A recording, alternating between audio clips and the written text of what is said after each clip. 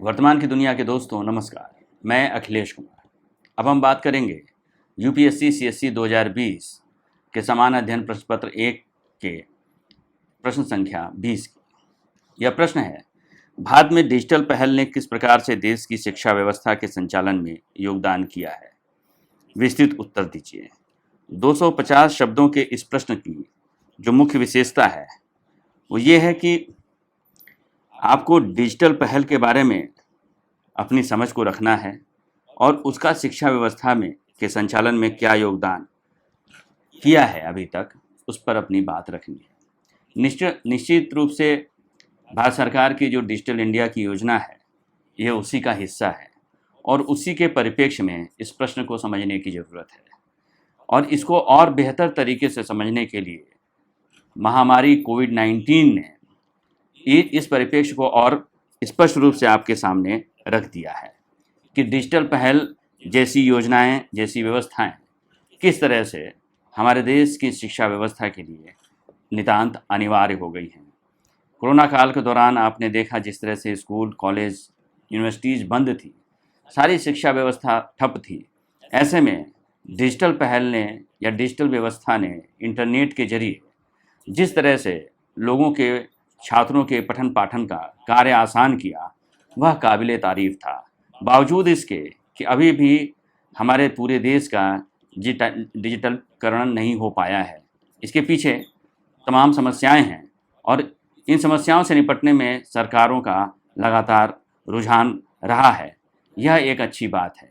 इसी संदर्भ में इस प्रश्न को रखिएगा और डिजिटल इंडिया के तहत जो डिजिटल पहल ली गई है शिक्षा के क्षेत्र में, उस पर आपको अपनी बात रखनी होगी, जिसमें शिक्षा के राष्ट्रीय मिशन कार्यक्रम के तहत यानी NMEICT जो राष्ट्रीय मिशन है शिक्षा का, उस पर जो बात, उसके तहत जो सुविधाएं मुहैया कराई गई हैं डिजिटल एजुकेशन के लिए, उस पर आपको अपनी बात रखनी है।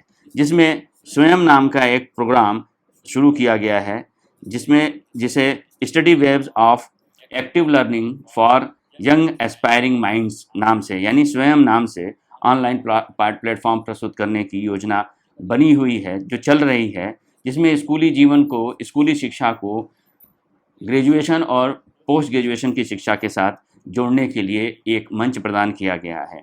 इसके अलावा DTH के माध्यम से स्वयं प्रभा कार्यक्रम में जो 32 गुणवत्ता वाले शैक्षिक चैनल शुरू किए गए हैं और इनका मुख्य उपयोग इस मायने में है क्योंकि यह उन इलाकों में, जिन इलाकों में इंटरनेट की सुविधा बहुत बढ़िया तरीके से नहीं उपलब्ध है, जहां इंटरनेट की उपलब्धता बहुत कम है, वहां के लिए यह प्लेटफॉर्म अपने चैनलों के जरिए अपनी शिक्षा व्यवस्था को, यानी शिक्षा को अंदर तक पहुंचाता है। इसके अलावा राष्ट्रीय डिजिटल पुस्तकालय जो एक आभासी दुनिया है शिक्षा संसाधनों की, जहाँ पे पुस्तकें हैं, जहाँ पे तमाम तरह के मटेरियल्स हैं जो आपके काम के आ सकते हैं, जो आपकी शिक्षा से संबंधित हो सकते हैं, जो शिक्षा के क्षेत्र में एक पहल के रूप में आए हैं, या इसके साथ साथ ऑडियो वीडियो ट्यूटोरियल्स हैं, इनके बारे में आप इसमें चर्चा करेंगे। साथ ही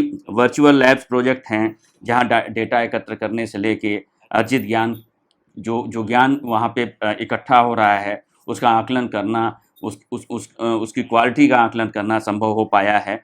और साथ साथ इसी पहल के तहत, डिजिटल पहल के तहत QR कोड को शिक्षा के क्षेत्र में अप्लाई किया गया है।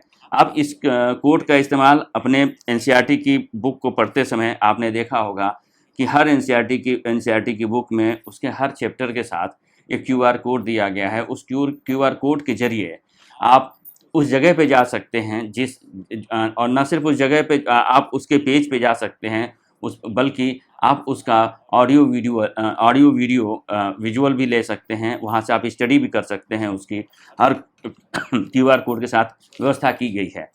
ये सारी व्यवस्थाएं हैं जो डिजिटल पहल के तहत हैं और शिक्षा के क्षेत्र में सुधार की दिशा को तय कर रही हैं।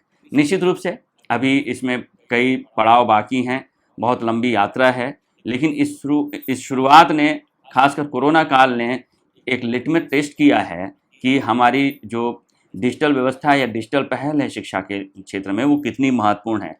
इन सब के अलावा अगर आपके पास शब्द संख्या बचती हो तो आप ई पाठशाला, शाला सिद्धि, शाला दर्पण जैसे जो स्कूल में प्रशासन को बेहतर बनाने के लिए जो कोशिशें हो रही हैं डिजिटल पहल के तहत, उनको भी आप लिख सकते हैं। साथ ही आप ये भी आप इस बात का भी जिक्र कर सकते हैं कि सरकार की जो महत्वाकांक्षी योजना है मिड डे मील, उस योजना को कैसे की निगरानी की व्यवस्था जो मिड डे मील ऐप बनाकर की जा रही है, उसका भी जिक्र कर सकते हैं। यह भी शिक्षा के क्षेत्र से ही संबंधित है। यानी कुल मिला के आप इस प्रश्न में उन सारे प्रोग्राम्स के बारे में एक एक लाइन, दो दो लाइन में अपनी बात लिख सकते हैं, कह सकते हैं और उसकी एक समीक्षा भी पेश कर सकते हैं, क्योंकि इस प्रश्न में आपको सीधे सीधे जो बात खींची गई है कि भारत में डिजिटल पहल ने किस प्रकार से देश की शिक्षा व्यवस्था के संचालन में योगदान किया है, विस्तृत उत्तर दीजिए। आपको इसको विस्तार से लिखना है 250 शब्दों में। यानी इसमें आपको किसी तरह के कोई बंदिश नहीं है और आपको एक तरह से इसकी समीक्षा प्रस्तुत करनी है और वो आप अपने शब्दों में कर सकते हैं सरकार की जो पहल ली गई है उन सारे उदाहरणों के जरिए। अगर वर्तमान की यह पहल आपको पसंद आई हो तो हमारे वीडियो को लाइक करें और चैनल को सब्सक्राइब करें। शुक्रिया।